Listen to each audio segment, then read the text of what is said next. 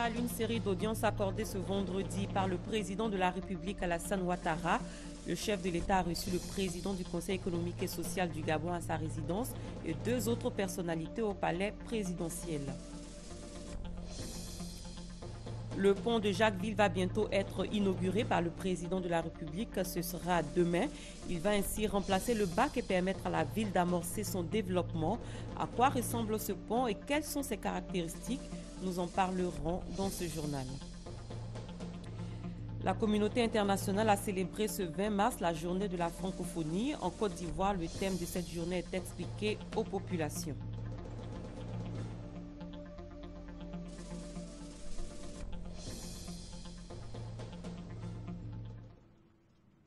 Bonsoir et bienvenue dans cette édition. Le président de la République, Alassane Ouattara, a rencontré aujourd'hui à sa résidence le président du Conseil économique et social du Gabon, venu représenter le chef de l'État gabonais à la conférence internationale sur l'émergence qui vient de se tenir à Abidjan. Viviane Naïm. Le président du Conseil économique et social du Gabon, Paul Biya, était porteur d'un message du président Ali Bongo Ondimba au chef de l'État, le président Alassane Ouattara. Présent à Abidjan dans le cadre de la conférence internationale sur l'émergence, où il a représenté le chef de l'État gabonais, Paul Biya a exprimé ses félicitations au président de la République, Alassane Ouattara, pour l'initiative de cette importante réunion dont l'objectif au final est le développement de l'Afrique et la création de richesses pour le bien de l'ensemble de ses populations. La conférence était très bien passée et les orientations, les propositions qui ont été faites, qui découlent du reste des orientations que vous-même vous avez exprimées à juste titre à l'ouverture des travaux, sont des orientations que très certainement votre homologue va partager. Et je suis convaincu qu'ensemble, vous allez trouver des instruments, des outils pour les mettre en pratique et arriver effectivement à l'émergence dans des temps suffisamment courts pour le bonheur de tous nos peuples. Notons que c'est à sa résidence de la Riviera Golfe que le président de la République a reçu l'envoyé du président Ali Bongo Ondimba.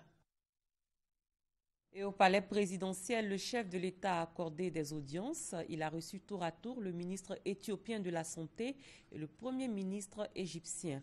On fait le point de ces rencontres avec Viviane Naïm. C'est l'entreprise égyptienne de travaux publics Arab Contractor qui est le maître d'œuvre dans la construction du pont de Jacquesville. Le Premier ministre égyptien Ibrahim Malab, présent à Abidjan pour la cérémonie d'inauguration de ce pont prévu pour ce samedi 21 mars, a exprimé au président de la République Alassane Ouattara, au cours de l'audience qui lui a été accordée au palais présidentiel, la volonté de son gouvernement d'activer sa coopération avec la Côte d'Ivoire. Vraiment, je suis très honoré, Monsieur le Président. J'ai un message de notre président, M. Abdel Fattah Sisi, de soutien, de bonne amitié et de vous inviter pour venir en Égypte. Vraiment, on observe, on regarde avec un grand respect ce qui se passe dans votre pays. Cette transformation dans tous les domaines, cette sorte de réconciliation entre peuples, l'âme de paix, de développement et les résultats, c'est les résultats qui vraiment expriment le grand succès. Je suis là encore pour faire partie de l'inauguration du pont Jacquesville. Ce pont qui est vraiment le symbole de coopération égypto-ivoirienne. La croyance que le seul chemin pour nous, les Africains, c'est la coopération sud-sud. On va travailler sur ce chemin de coopération sud-sud. On a discuté avec votre Excellence d'activer le comité bilatéral égypto-ivoirien. Les hommes d'affaires vont venir vous visiter. En même temps, ce sera vraiment un grand honneur de recevoir les ministres ivoiriens. Je pense qu'on doit avoir ce mécanisme de coopération. Nous sommes là, on le dit franchement, de tout le bon cœur, il y a un grand retour, un grand retour de l'Égypte vers l'Afrique, surtout pour le Côte d'Ivoire. Merci beaucoup. Merci, monsieur le Premier ministre. Merci beaucoup. Reçu à son tour par le président de la République, le ministre éthiopien de la Santé, Kezete Admassou, a souligné que l'Éthiopie et la Côte d'Ivoire sont unies par une longue amitié qui remonte au président Houphouët-Boigny et à l'empereur Haïlé Sélassié. Le ministre éthiopien était l'envoyé du premier ministre Haïlé Mariam Desalegn pour annoncer officiellement au chef de l'État ivoirien la candidature éthiopienne à la présidence de la Banque africaine de développement. Un événement de taille est prévu demain. Il s'agit de l'inauguration du pont de Jacquesville par le président de la République. Le ministre des Infrastructures économiques, Patrick Hachi, était sur le plateau du journal télévisé de 20h pour en parler. Voici un extrait de son intervention. Demain, c'est une cérémonie extrêmement importante et qui va donc attirer du monde, comme vous pouvez l'imaginer. Ce qu'il est prévu, c'est que la cérémonie se tienne après, disons, de l'autre côté de la rive, côté Ndjem. C'est à ce côté que la cérémonie aura lieu. Donc, le bac fonctionnera jusqu'à 9h, mais il est conseillé qu'on ne traverse pas avec les véhicules, parce que le rythme de traversée du bac est tellement lent que tous les véhicules ne pourront pas passer. Donc, on a mis en place, avec l'aide de la SOTRA, un système de bateau-bus.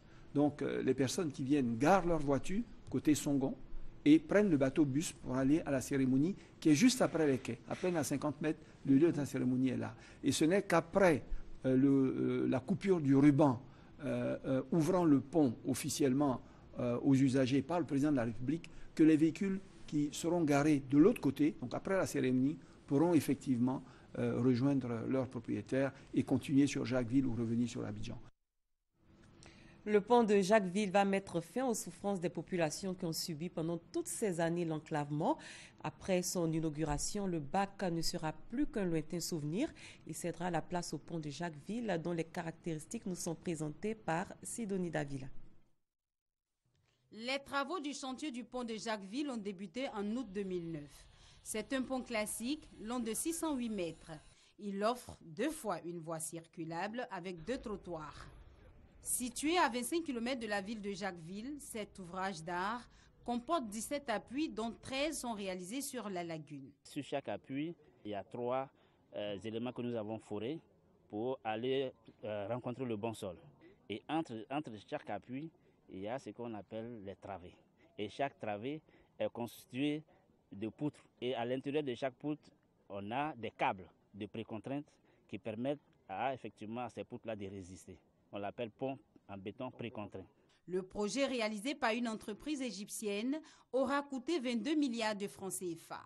Il bénéficie du concours financier de l'État de Côte d'Ivoire et de ses partenaires, notamment la Banque ouest-africaine de développement BOAD, la Banque arabe pour le développement économique en Afrique, BADEA, et du fonds de l'OPEP, OFID. Ce pont, dont la livraison est prévue ce samedi, est à péage. Autorités et habitants se préparent à accueillir ce joyau dans l'allégresse. Depuis que je suis petit, donc, ils ont parlé à faire de pont là. Maintenant aujourd'hui c'est venu, donc on est heureux de ça. Les populations l'attendent depuis longtemps.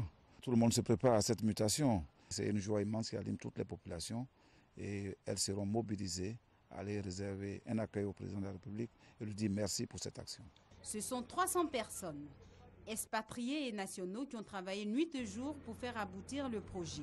Sa réalisation entre dans le cadre de la politique globale de la Côte d'Ivoire relative au développement de ses infrastructures. Et pour parvenir à construire le pont de Jacquesville, il a fallu, dit-on, l'intervention des fils de la ville, notamment les autorités traditionnelles qui ont bien voulu consulter les MAN, une solution qui relève pratiquement de l'irrationnel. Et c'est un véritable mystère qui entoure donc la réalisation de cette infrastructure. Gabriel Zani nous raconte l'histoire cachée du pont. Sol ferme introuvable sous l'eau, formule mathématique juste, mais résultat faux. Que de difficultés pour poser les pieux du pont de Jacquesville. Tu as pratiquement fini le forage, au moins tu es prêt à passer à la phase d'exécution, tu as un éboulement. Tout ça, franchement, à un moment donné, ça a mis un doute dans la tête de tous les travailleurs ici. Une situation qui a fait douter les experts commis à l'exécution du projet. Des experts pourtant bien habitués à ce genre d'exercice. Arabe Contractor et l'agence de gestion des routes se rendent à l'évidence. Toutes les connaissances ne sont pas livresques. Ils décident de s'en remettre Aux sages de la région, nous avons rencontré les chefs de village et de terre de Grand-Jacques. Nous avons même dit que peut-être que ceux qui ont été commis pour faire le pont n'étaient pas trop à la hauteur. Mais finalement, les autorités ont insisté pour nous dire que ça ne va vraiment pas. Les initiés, à leur tour, décident d'interroger les mânes dans la forêt sacrée. Nous sommes retirés de cette forêt-là et il a été conseillé que nous repartions au pont pour cimenter l'endroit et que les techniciens qui sont venus puissent travailler. Le ciment en question, ce sont des poignées de terre prélevées dans les villages d'Abrebi, d'Avavridi et de la forêt sacrée de Grand-Jacques, loin des regards indiscrets. Nous avons mis tout ensemble et nous sommes allés au lieu indiqué avec les personnes ressources. Et pour accomplir la mission, il a fallu faire appel à la grande loge traditionnelle des villages mythiques de la région. Tchoupro Timothée, chef de terre de Grand-Jacques que voici, fait partie de ceux qui ont convaincu les génies des eaux. La suite des événements, on la connaît, le pont de Jacquesville est achevé et prêt à être livré. Il est le fruit de 2 expertises, une moderne et l'autre traditionnelle. Et le pont va garantir l'ouverture au monde extérieur aux Jacquesvillois et permettre à Jacquesville de se développer.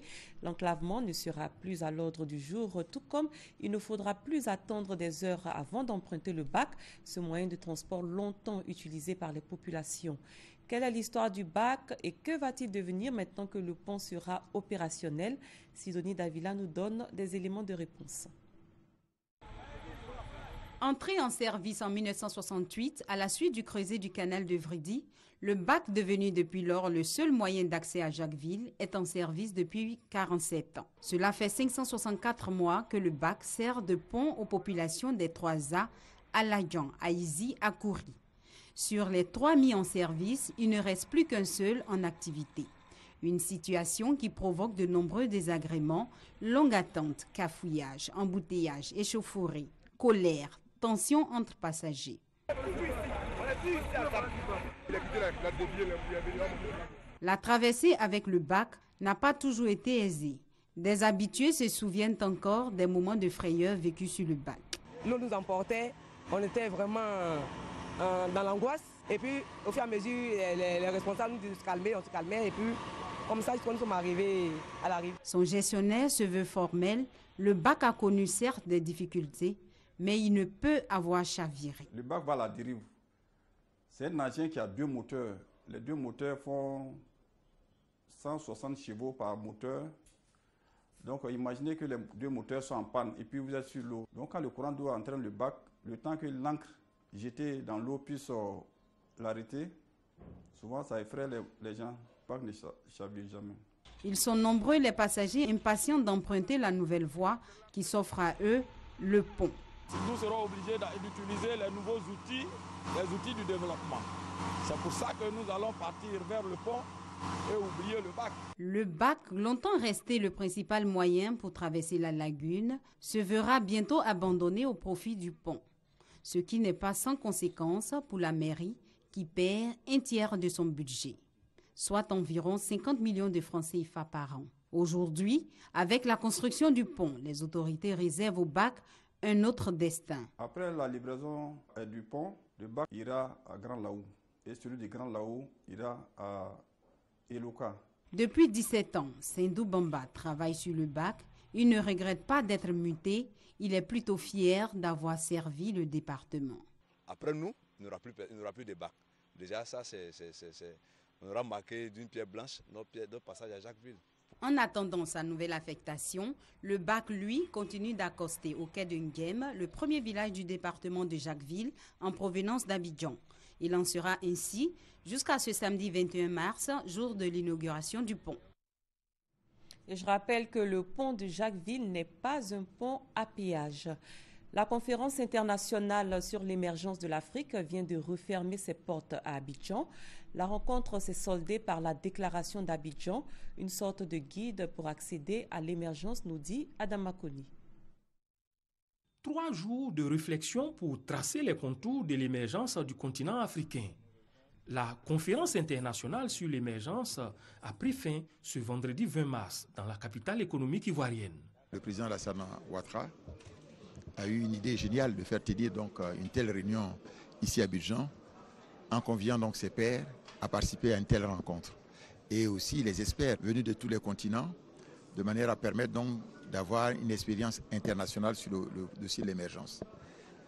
Moi, je retiens donc cette convivialité et disons que cette rencontre des matières grises ici à Abidjan.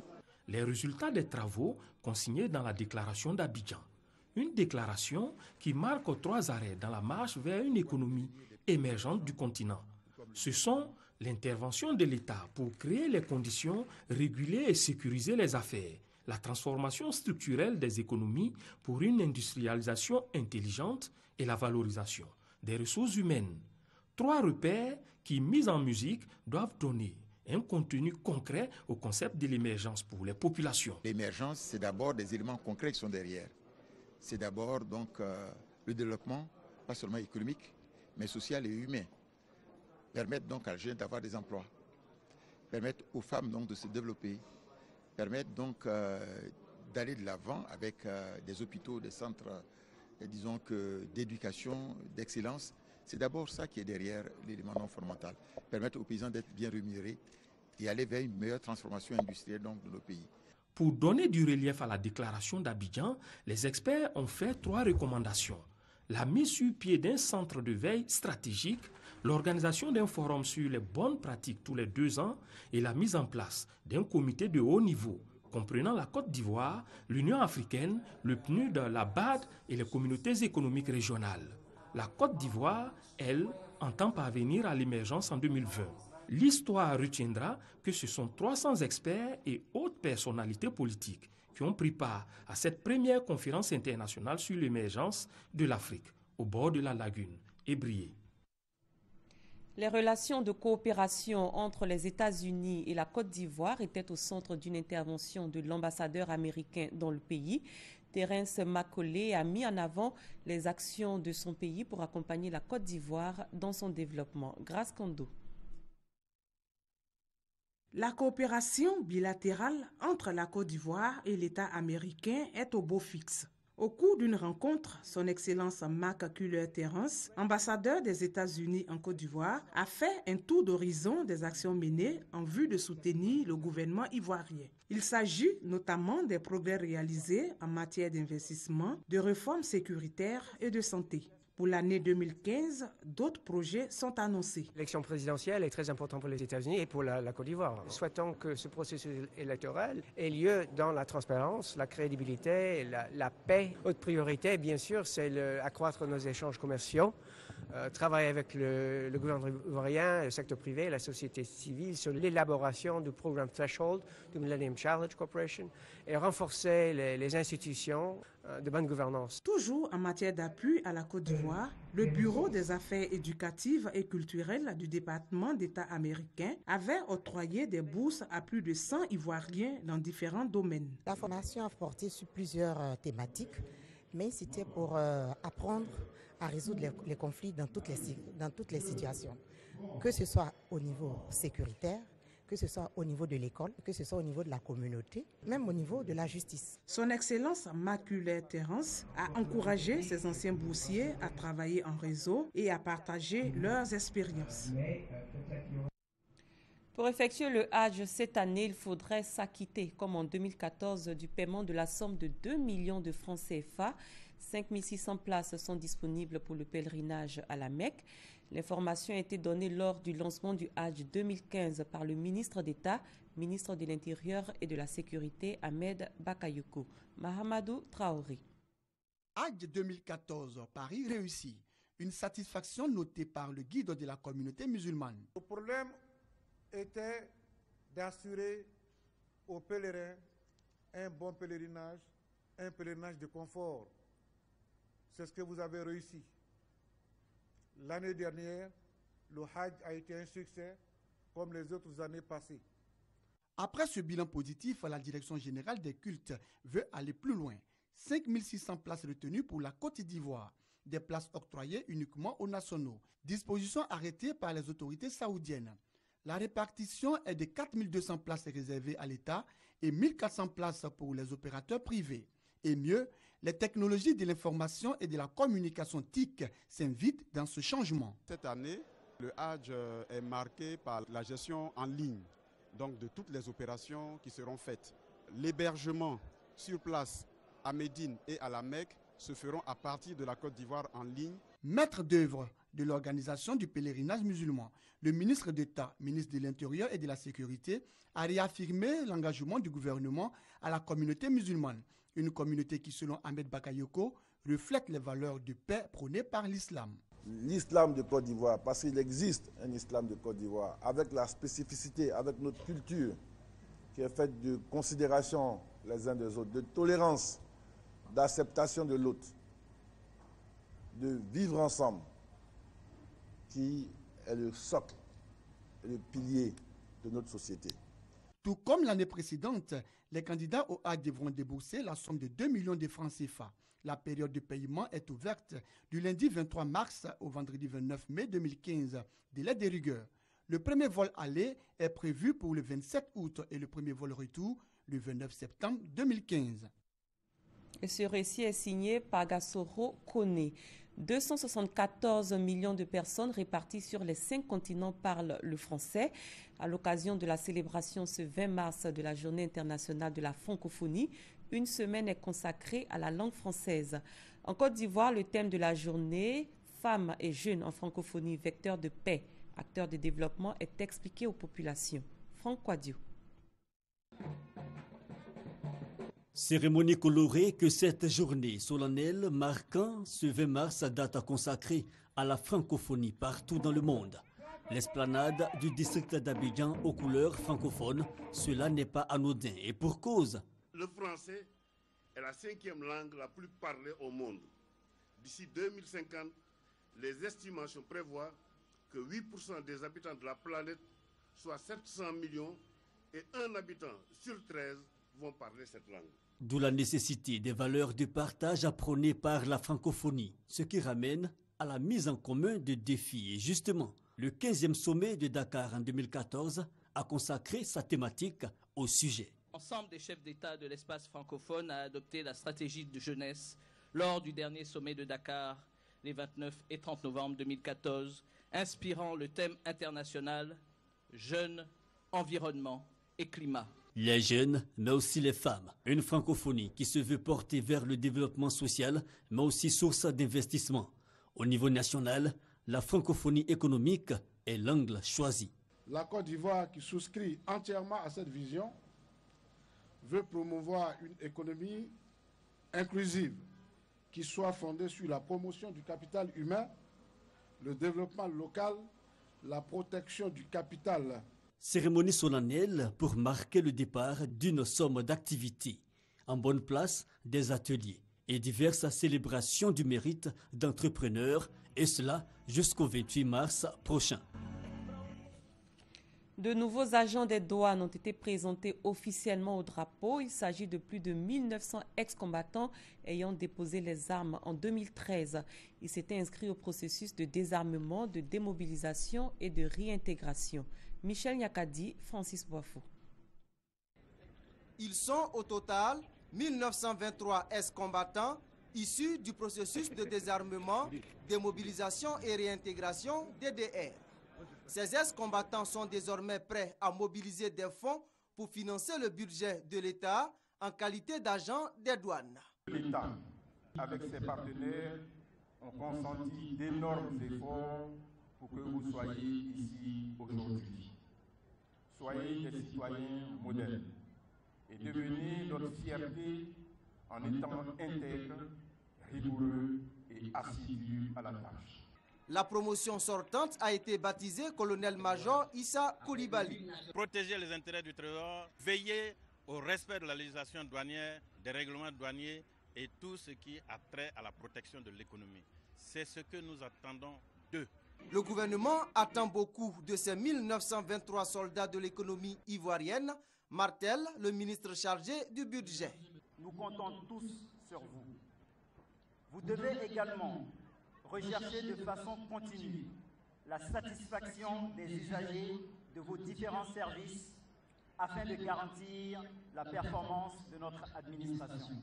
Cette année, l'objectif de recettes assigné à la Direction générale des douanes s'élève à plus de 1392 milliards de francs CFA. Jour J-2 pour le 3e congrès extraordinaire du Rassemblement des Républicains. Cette importante rencontre va se tenir au Palais des Sports de Treichville où sont attendus des milliers de participants. Le président du comité d'organisation de ce congrès, Adama Bictogo, appelle à la mobilisation. À quelques jours du 3e congrès extraordinaire du Rassemblement des Républicains, l'ambiance est cordiale dans les locaux annexes du siège du parti à Cocody. Ce cadre a été choisi par le président du comité d'organisation pour revenir sur l'importance de cette rencontre cruciale qui se veut, selon Adama Bictogo, le fer de lance de la réélection du président Alassane Ouattara à la présidentielle d'octobre prochain. Le président Alassane Ouattara a été déjà choisi par 2 partis alliés, le PDCI-RDA et l'UDPCI. Le RDR va donc aller à ce congrès, non seulement pour choisir le président Alassane Ouattara comme son candidat à l'élection présidentielle 2015, mais surtout pour lui exprimer toute sa fierté de l'avoir comme son candidat. Au dire d'Adama Bictogo, ce congrès va permettre aux militants et sympathisants du RDR de communier autour d'un déroulé alléchant. C'est pourquoi il bat le rappel des troupes. Je voudrais inviter tous les militants, où qu'ils se trouvent, quels que soient les différends qui ont pu opposer certains militants entre eux, quelles que soient certaines frustrations constatées ci et là, je vous demande de venir parce qu'il s'agit de notre champion, du capitaine Alassane Ouattara. Je vous demande de venir tous massivement pour que nous accompagnions encore celui-là même qui pendant 20 ans a été le porte-drapeau, a été, je dirais, le condensé de toutes nos épreuves et nos souffrances, et qui aujourd'hui et qui demeure notre espoir. Le thème du congrès, tous rassemblés autour du président Alassane Ouattara pour une Côte d'Ivoire qui gagne. Et toujours dans le cadre de la mobilisation pour la réussite de ce 3e congrès extraordinaire du RDR, le président du comité de mobilisation, le ministre Konaté Sidiki, s'est adressé aux Amazones d'Ado. La rencontre a eu lieu au siège du parti à Cocody. Geneviève Soro, Alexis Ouedraogo. À quelques jours du congrès extraordinaire du Rassemblement des Républicains RDR, les tournées de mobilisation pour la réussite du congrès se poursuivent. Le secrétaire général adjoint chargé de la mobilisation, Sidiki Konaté, a rencontré les Amazones d'Ado. Objectif, présenter à ce mouvement l'intérêt du congrès extraordinaire. Les Amazones ont voulu jouer leur partition ce matin. C'est un grand mouvement qui a toujours accompagné le RDR. Le RDR est un grand parti avec des militants formidables et que nous allons relever le défi de la mobilisation pour le 22 et partant le défi de l'élection du président Alassane Ouattara en octobre 2015. En répondant massivement à cette réunion de mobilisation, les Amazones d'Ado ont manifesté leur soutien pour la réussite de ce congrès. Le dimanche, vous verrez que le palais des sports sera vraiment rempli de jeunes filles de RDR, les Amazones d'Ado. Nous allons faire le maximum, on a fait le plein. Elles viennent de partout en Côte d'Ivoire. C'est une structure quasi partout en Côte d'Ivoire. Elles vont tous converger, faire le passeport très civil pour faire l'affaire et dire merci à Alassane Ouattara pour tout ce qu'il a fait pour la Côte d'Ivoire. La rencontre a pris des allures de fête, un avant-goût de ce que sera la mobilisation. L'objectif est unique, la victoire écrasante du président Alassane Ouattara.